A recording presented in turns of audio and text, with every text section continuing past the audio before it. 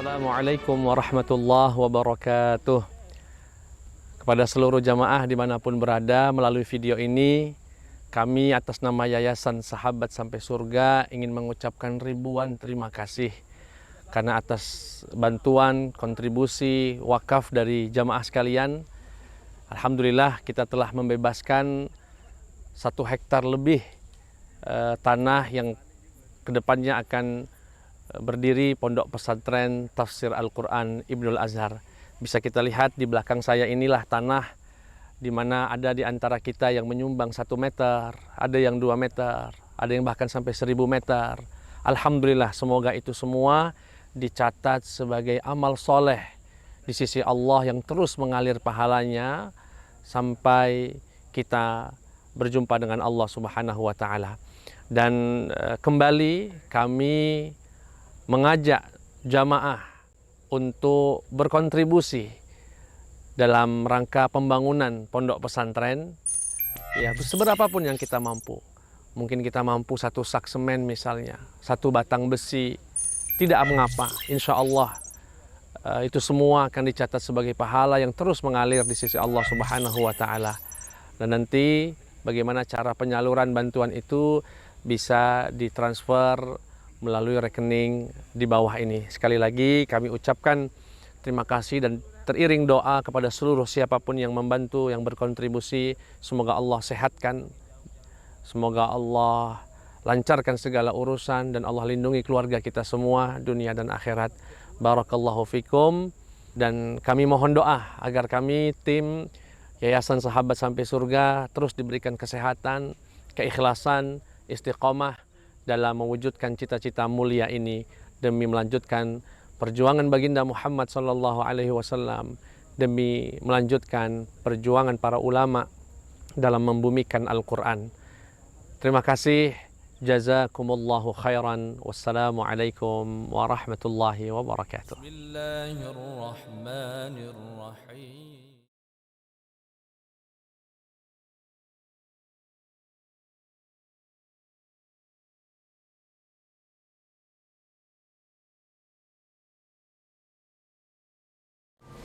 Bismillahirrahmanirrahim. Assalamualaikum warahmatullahi wabarakatuh.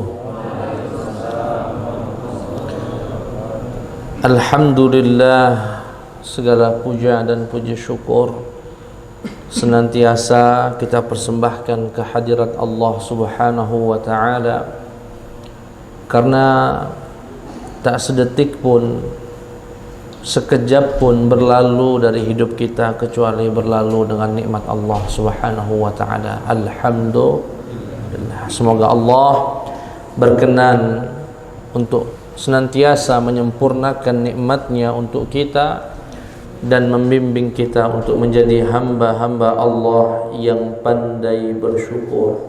Amin ya rabbal alamin. Salawat beriring salam tercurahkan kepada kekasih kita semua, junjungan kita Nabi besar Muhammad sallallahu alaihi wasallam, Nabi yang bersabda, inna ummati yud'auna yawmal qiyamati ghurran muhajjalin. Sesungguhnya umatku kelak akan dipanggil, akan dibangkitkan di padang mahsyar ghurran muhajjalin, dalam keadaan bercahaya. Satu-satunya umat di padang mahsyar yang bercahaya hanyalah kita, umatnya Nabi Muhammad sallallahu alaihi wasallam. Dan itu berkah dari ibadah kita, termasuk dari wudu yang kita lakukan sekurang-kurangnya 5 kali dalam sehari. Itu semua akan menjadi cahaya insyaallah, dan dengan itu Nabi akan bisa mengenali kita dan memberikan syafaatnya untuk kita semua. Amin ya rabbal alamin. Pada malam hari ini mungkin tidak panjang kajian kita, membahas keistimewaan umat Nabi Muhammad, keistimewaan kita yang ke-11, yang minggu lalu ke-9 dan ke-10, bahwasanya umat ini meski hidup di akhir zaman insya Allah mendapatkan kemuliaan sebagaimana didapatkan oleh mereka yang hidup dengan Rasulullah atau yang kita kenal dengan para sahabat, insya Allah. Bahkan Nabi Muhammad sallallahu alaihi wasallam mengatakan, ulaika ikhwani, orang yang beriman kepada Nabi, percaya dengan Nabi, cinta Nabi meski tidak pernah melihat Nabi, merekalah saudara-saudaraku, kata Rasulullah. Ulaika ma'i, merekalah nanti yang bersamaku di surganya Allah Subhanahu wa taala. Amin ya rabbal alamin. Malam hari ini keistimewaan umat Nabi Muhammad sallallahu alaihi wasallam yang ke-11. Apa itu, Ustaz?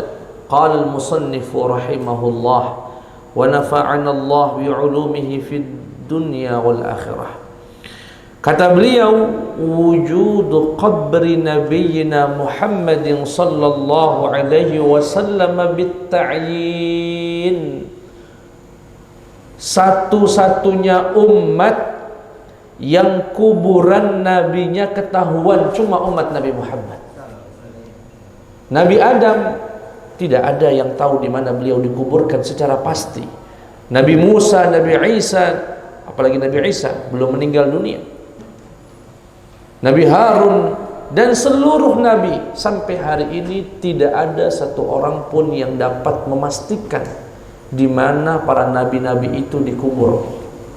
Tapi kalau Nabi Muhammad, umat ini, kita, seluruh umat Nabi Muhammad bisa menunjuk di mana nabinya dikubur, di mana nabinya dimakamkan, dengan penuh keyakinan tanpa sedikit pun keraguan.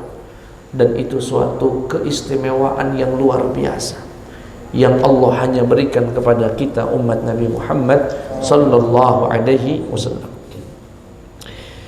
Wa min fadlillahi alladhi syarrafa bihi hadhihi al-ummah famtazat bihi ala man siwaha min al-umam.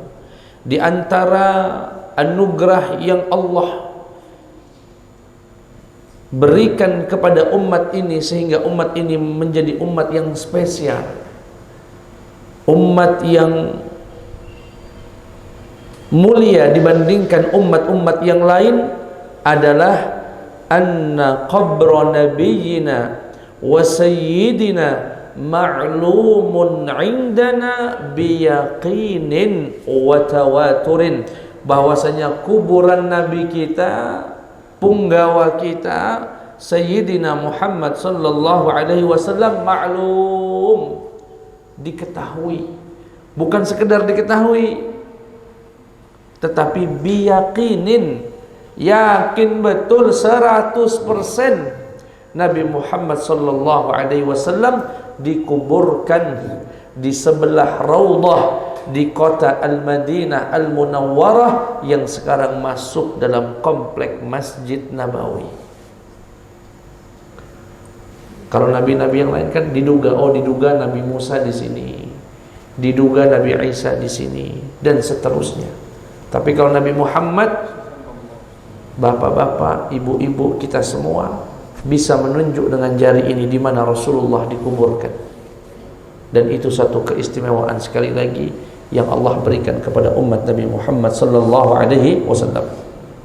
Sehingga apa hikmahnya, Ustaz? Fataridun nasu fi kulli waqtin wa hin wa tatakabbadu mashaqas safari wa ana'ahu ila qabrihi syarif.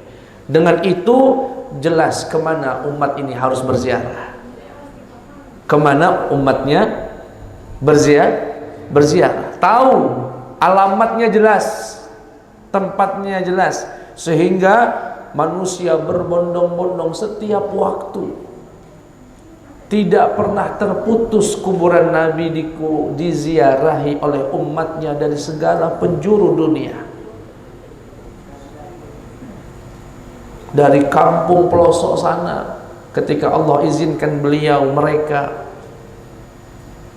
untuk melaksanakan ibadah haji, kemudian singgah berziarah ke Madinah, mereka semua menyempatkan untuk menyampaikan salam kepada Nabi Muhammad sallallahu alaihi wasallam.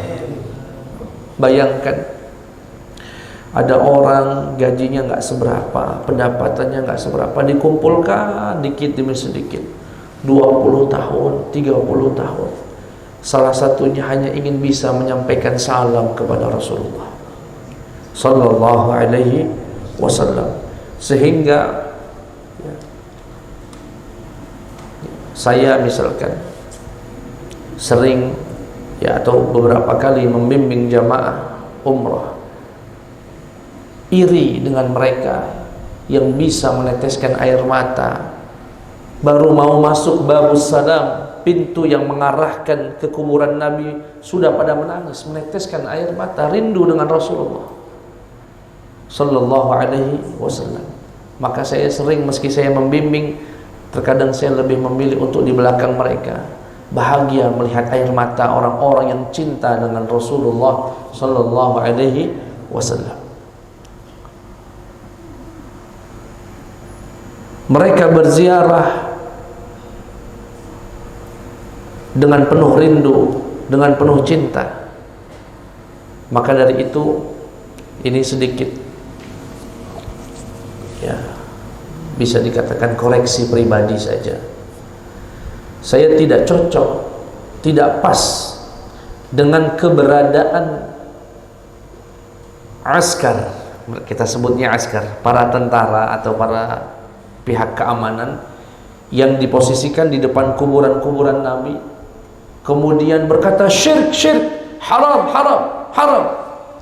Mereka berkata jangan lakukan, karena sebagian jamaah itu ada yang sambil datang, karena saking nggak bisa mendekat ke Nabi Muhammad, mereka menyentuh apa yang bisa disentuh. Itu dianggap oleh sebagian orang bentuk kesyirikan. Pak, Bu, umat ini tidak mungkin menjadikan Nabi Muhammad itu Tuhan, mustahil. Kenapa Ustaz? Karena Nabi Muhammad yang berdoa, disebutkan oleh Imam Malik dalam Muwatta, Allahumma la taj'al qabri wathanan yu'bad. Ya Allah, jangan kau jadikan kuburanku berhala yang disembah. Itu doanya Nabi, Pak. Nabi yang minta sama Allah, jangan sampai kuburan saya ini jadi tempat sesembahan. Doanya Nabi makbul nggak, Pak? Makbul. Artinya apa? Mustahil ada umat Nabi Muhammad datang ke sana untuk nyembah Nabi Muhammad. Mustahil. Itu suudzon sama umat Nabi Muhammad. Mereka mengusap-ngusap itu saking tidak bisa memeluk Nabi Muhammad. Itu ekspresi cinta, Pak. Mungkin dia tidak merasakan bagaimana perjuangan seorang petani. Setiap pagi dia harus bercocok tanam, mengumpulkan sebagian hasil panennya, dikumpulkan. Bahkan sebagian dengan kotaknya, recehannya terus. Kemudian daftar dia, datang ke kota, mendaftar ke travel, ikut manasik berkali-kali. Setelah mengumpulkan harta 20 tahun, 15 tahun, 10 tahun, meninggalkan keluarganya, hanya ingin bisa menyampaikan salamnya kepada Rasulullah, ingin mengucapkan terima kasih kepada Nabi Muhammad yang telah membuat hidup ini makin berarti. Kalau bukan jasa Nabi Muhammad, kita nggak tahu, Pak, mana yang halal, mana yang haram. Kalau kita bukan kenal jasa Nabi Muhammad sallallahu alaihi wasallam, mungkin kita hari ini masih dalam kegelapan. Tadi kita dengar Akhi Ghafur menyenandungkan salawat, tak bosan kita mendengar pujian kepada Rasulullah sallallahu alaihi wasallam. Kemudian petani ini mendapatkan kesempatan bisa sampai ke Madinah.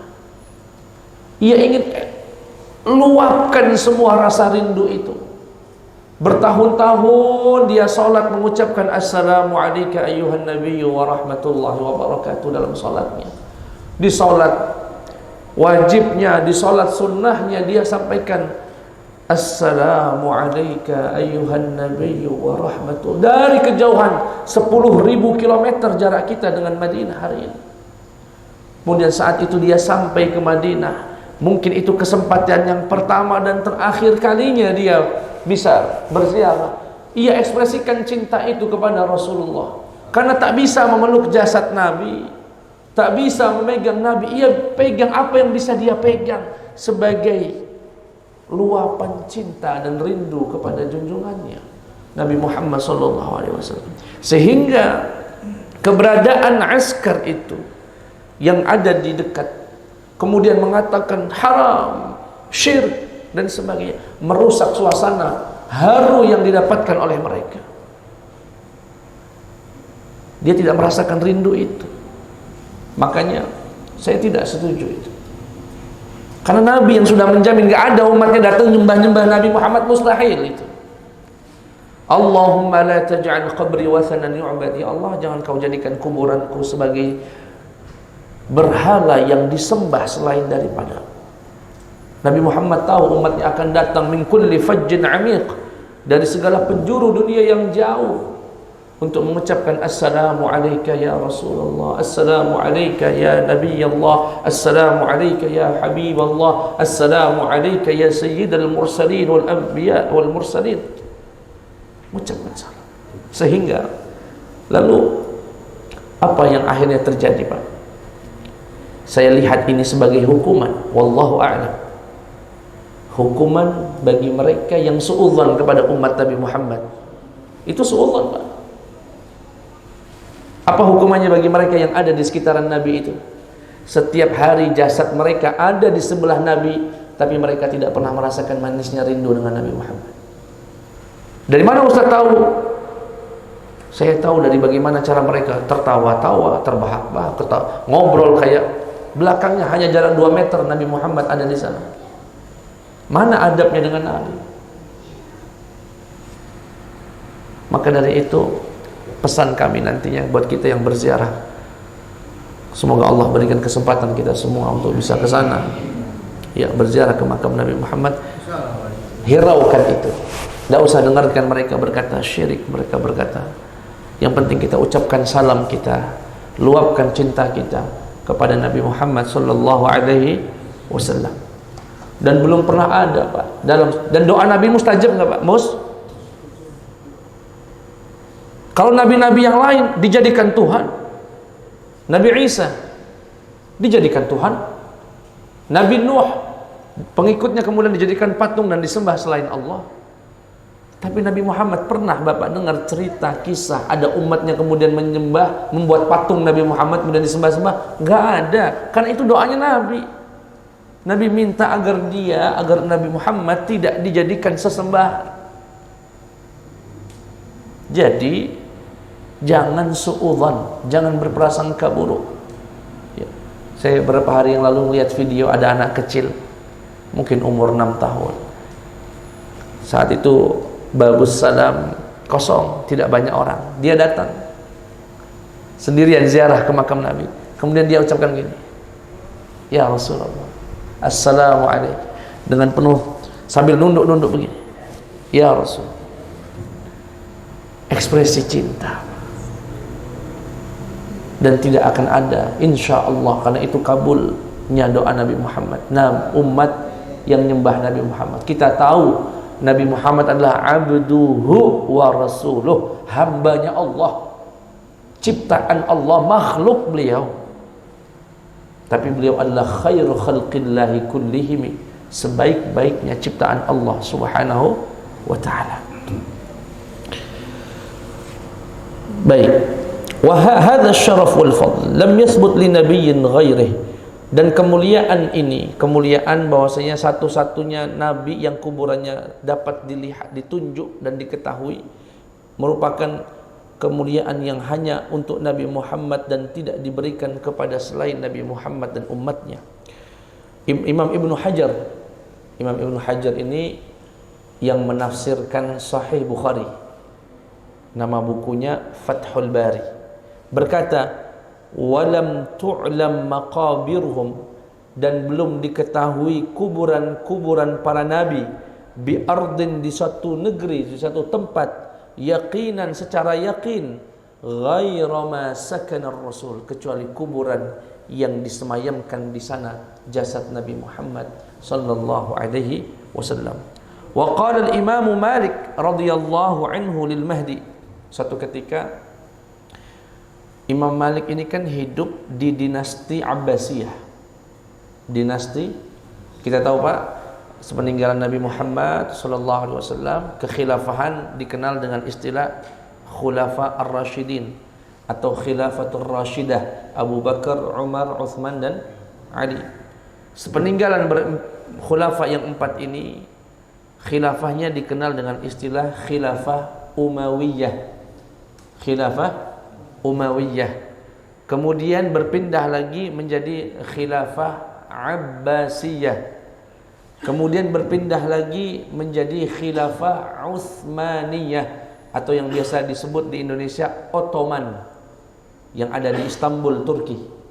Kemudian di awal-awal abad 19 ya, di 1924 kurang lebih runtuhlah kekhilafahan Utsmaniyah dan sampai hari ini tidak ada kekhilafahan. Nah, Imam Malik ini hidup di salah satu khalifahnya, Amirul Mukmininnya, itu bernama Al-Mahdi. Namanya siapa Pak? Al-Mahdi. Datang ini dari Irak ke Madinah.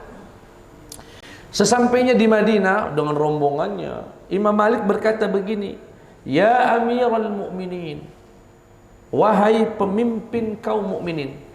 Perlu diingat juga, Imam Malik itu salah satu kelebihannya Pak, sangat berwibawa. Sampai-sampai para khulafa itu, para amir kalau ngobrol sama Imam Malik gemeteran. Saking wibawanya, siapapun melihat Imam Malik gemeter. Bahkan itu Imam Syafi'i pun menceritakan itu. Tidak ada seorang pun berjumpa dengan Imam Malik kecuali dia gemeteran. Karena Imam Malik itu perawakannya bagus, pakaiannya juga indah, ilmunya sangat dalam, dan luar biasa kewaraannya, dan luar biasa ketawaduannya, kerendahan hatinya. Selama di Madinah, Imam Malik tidak pernah menggunakan sandal. Ketika ditanya ihtiraman li Rasulillah, sebagai penghormatanku kepada Nabi Muhammad sallallahu alaihi wasallam, Imam Malik itu gurunya Imam Syafi'i.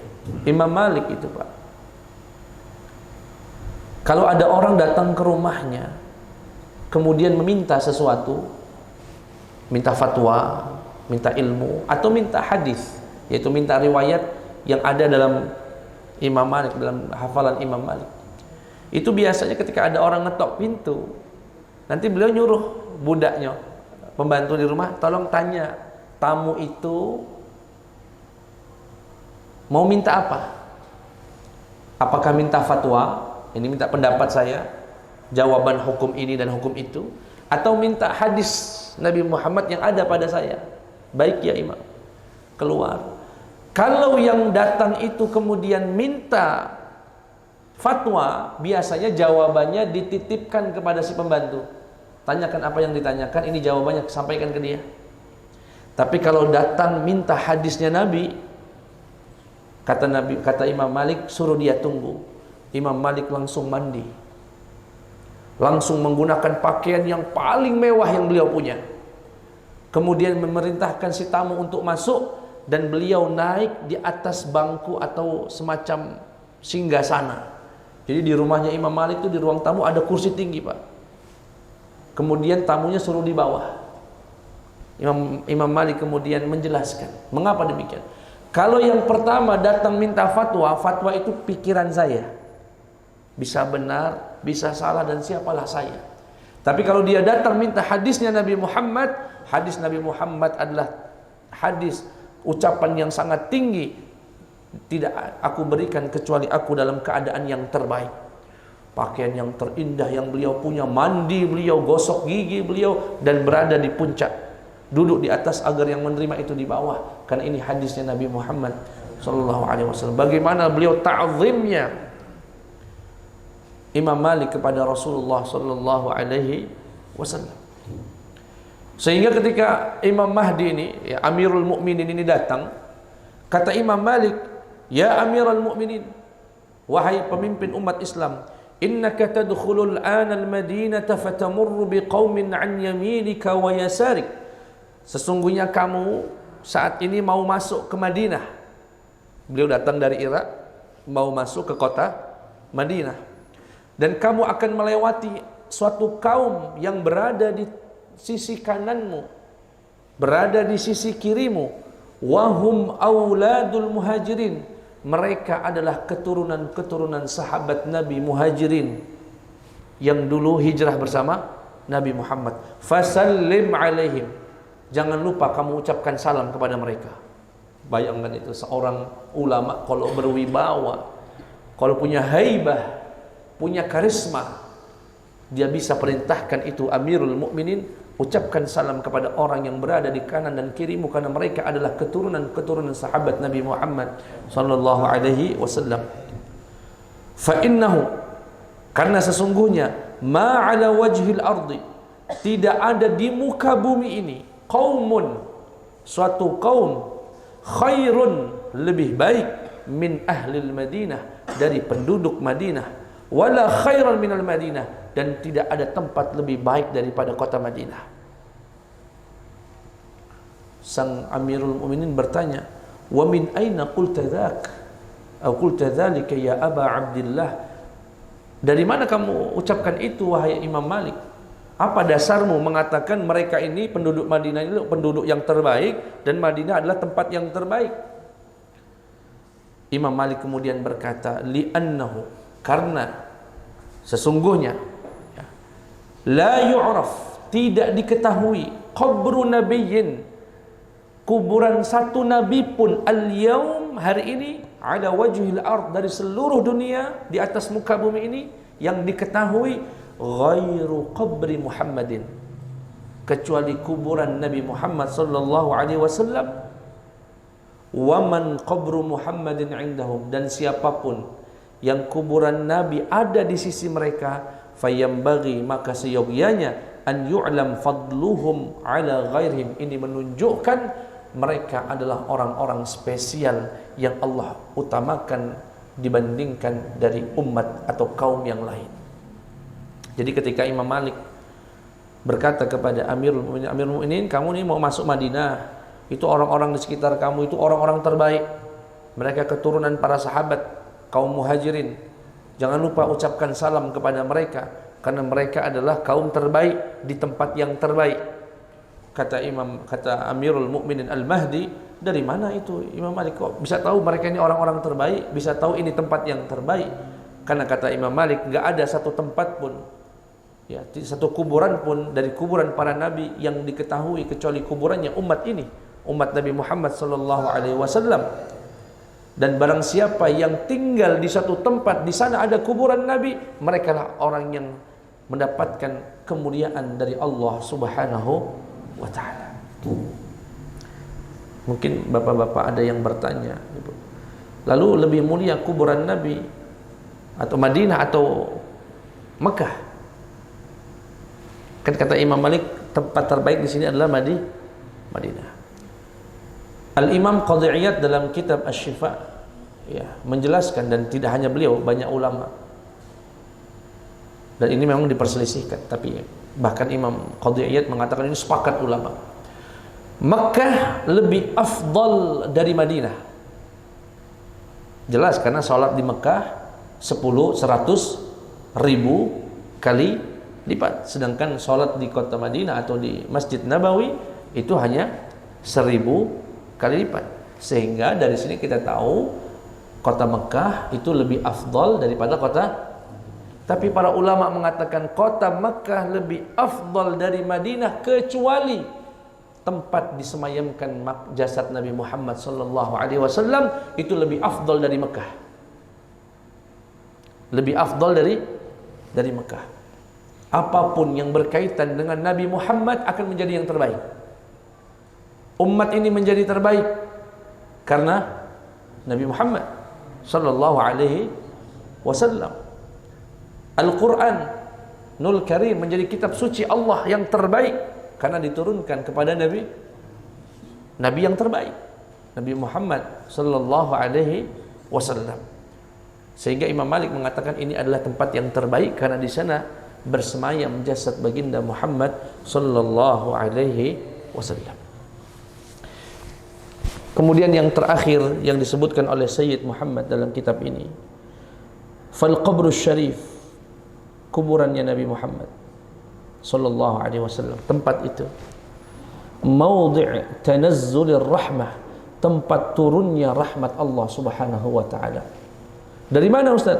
Berdasarkan hadis Nabi Muhammad sallallahu alaihi wasallam dari sahabat Ka'ab radhiyallahu anhu berkata, "Ma min fajril," tidaklah ada suatu fajar, yatlu'u, yang terbit, illa, kecuali, wa yanzil sab'una alfan minal malaikah, kecuali turun 70.000 dari para malaikat, hatta yahuffu bil qabri, sampai mengepakkan sayap-sayap mereka dengan kuburan, di kuburannya Nabi Muhammad sallallahu alaihi wasallam, wa yadribuna bi ajnihatihi, mengepakkan dengan sayap-sayap mereka, wa yusalluna 'alan nabi, 70.000 sahabat itu bersalawat kepada Nabi Muhammad sallallahu alaihi wasallam, hatta idza amsau, sampai kemudian ketika sore, artinya pagi-pagi 70.000 malaikat turun ke sekitaran kuburan Nabi Muhammad sallallahu alaihi wasallam untuk mengucapkan salawat kepada Rasulullah. Ketika sampai sore, aruju, naik 70.000 malaikat tadi, wahabata, di waktu yang sama turun sab'una alfan, 70.000 malaikat, hatta yahuffu bil qabri, sampai mengelilingi kuburan Nabi Muhammad, yadribuna bi ajnihatihim, kemudian mengepakkan dengan sayap-sayap mereka, fayusalluna 'alan nabi, kemudian bersalawat kepada Nabi Muhammad, sab'una alfan, 70.000 kali lipat, bil lail, di malam hari, wa sab'una alfan bin nahar, dan 70.000 di siang hari. Hadis ini Pak, sanadnya sahih, bahkan yang mensahihkan bukan kelompok kita, Syekh Albani ikut mensahihkan hadis ini, salah satu ulama ya di bidang hadis yang mengikuti pemahaman kelompok sebelah, ulama kita juga, tetapi dalam hal ini dan banyak hal berbeda dengan ulama-ulama kita, itu pun mengatakan hadis ini sahih. Apa maknanya? Bahwasanya setiap hari 70.000 turun, 70.000 naik dan turun naik, semuanya hanya ingin menyampaikan salawat kepada baginda Muhammad sallallahu alaihi wasallam. Ya salam. Maka di situ salah satu tempat yang mustajab untuk kita berdoa kepada Allah Subhanahu wa taala. Dan kemudian kami tutup dengan beberapa adab saat berziarah. Karena jujur saya baru bimbing kurang lebih baru sebulan yang lalu. Ada satu hal yang merusak kesyahduan dan kekhusyuan beribadah umrah, baik itu haji, tawaf, sa'i, ataupun berziarah ke makam Nabi Muhammad. Apa itu Ustaz yang merusak? Handphone. Sudah diingatkan, sudah diberikan arahan sebelum melakukan tawaf, sebelum melakukan ziarah ke makam Nabi Muhammad, tetapi kita tidak bisa menahan. Nah, seharusnya kan sibuk dengan salawat kepada Nabi, salam ini enggak. Nabi Muhammad yang disorting. HP merusak sekali. Jadi nanti kalau Bapak dikasih kesempatan bisa haji, bisa umrah, selesaikan ibadah itu khusyuk dengan Allah. Nanti kalau mau sudah selesai, silahkan. Tapi saat itu nikmatilah. Jangan dirusak kesempatan itu hanya untuk handphone, selfie, macam-macam. Ya nanti kalau sudah selesai, sudah tawaf, sudah haji, duduk di depan Ka'bah, nah videokan. Mungkin ada saudaranya mau lihat, silahkan. Tapi saat tawaf, saat haji, saat sa'i, saat itu ibadah, itu pengganti sholat. Tawaf itu pengganti sholat. Ya, jadi dijaga betul. Wah, kita bisa lihat itu. Bahkan kita bisa lihat sekarang dari televisi bagaimana orang berziarah ke makam Nabi Muhammad sibuk dengan HP. Jatuh pula, nah injak-injak ribut, nah selesai mengaji ininya. Itu yang pertama. Yang kedua, tentang adab-adab berziarah ke makam Nabi Muhammad SAW. Datang dengan dalam kondisi wudu, sudah mandi, menggunakan minyak wangi dan sebagainya. Salat dulu tahiyatul masjid. Setelah salat tahiyatul masjid, mulai mengarahkan diri ke babus salam. Bab as-salam, bab nomor 1, pintu nomor 1 yang mengarahkan kita ke kuburan Nabi Muhammad. Saat itu hadirkan ingatan kita tentang jasa Nabi Muhammad, sehingga melahirkan rasa rindu, rasa terima kasih. Jasa beliau telah membuat hidup ini makin berarti. Jalan dengan nunduk, jangan ngangkat suara, ya. Dengan kerendahan hati nunduk kepala ini, nah. Sampai dekat dengan kuburan Nabi, ucapkan assalamu alayka ya Rasulullah, assalamu alayka ya Habiballah, assalamu alayka ya Sayyidal Anbiya'i wal Mursalin, dan seterusnya. Dan jangan lupa ucapkan salam kepada sosok yang berada di sebelahnya. Assalamu alayka ya Aba Bakrin, assalamu alayka ya Umar bin Al-Khattabi. Ucapkan salam kepada mereka, baru kemudian keluar. Jangan teriak-teriak dan sebagainya. Saya yakin kita semua pasti akan nangis itu. Nangis yang luar biasa. Sehingga nikmat sekali. Terbayar rasa capek, letih, mengumpulkan harta untuk bisa ke sana ketika kita sudah mengucapkan salam kepada Nabi Muhammad SAW. Namun kami punya gurunya guru kami, Profesor Doktor, guru besar di Al-Azhar, Syekh Muhammad Abu Bakar Ismail. Beliau mengatakan, bagi yang diberikan kesempatan ke Madinah, ke Masjid Nabawi, jangan terlalu sering berziarah. Tiap habis sholat ziarah, habis sholat ziarah. Kenapa? Ia akan kehilangan rasa nikmat itu, akan kehilangan kelezatan berziarah ke makam Nabi Muhammad, sehingga ketika kelezatan, kekhusyuan itu hilang, akhirnya banyak yang sia-sia saja. Banyak ketawanya, banyak kadang sambil ngobrol lewat kuburan Nabi, sambil ngobrol, kamu kaki makan siangnya apa ya? Nah, kalau makan siang ngobrol mulu depan Nabi Muhammad, nak makan siang apa? Ya. Kenapa? Karena terlalu sering. Jadi cukup sekali, mungkin di tengah-tengah kalau ada dia sekitar 4 hari ya 2 hari lagi pas mau pulang. Ini saran beliau. Tapi jika kita mampu merasakan kenikmatan berziarah di setiap waktu, lakukan, tidak ada masalah. Dan itu sunnah berziarah ke makam Nabi Muhammad sallallahu alaihi wasallam. Alhamdulillahilladzi ja'alana min ummati sayyidina Muhammad. Alhamdulillah, segala puji bagi Allah yang telah menjadikan kita umat Nabi Muhammad sallallahu alaihi wasallam. Semoga yang hadir di sini bersama keluarganya, orang-orang yang disayanginya, diizinkan Allah untuk menunaikan ibadah haji dan umrah dan bisa berziarah ke makam Nabi Muhammad sallallahu alaihi wasallam dan kelak bisa bersama Rasulullah. Amin ya rabbal alamin. Subhanakallahumma wa bihamdika asyhadu an la ilaha illa anta astaghfiruka wa atubu ilaik. Wassalamu alaikum warahmatullahi wabarakatuh. Bismillahirrahmanirrahim.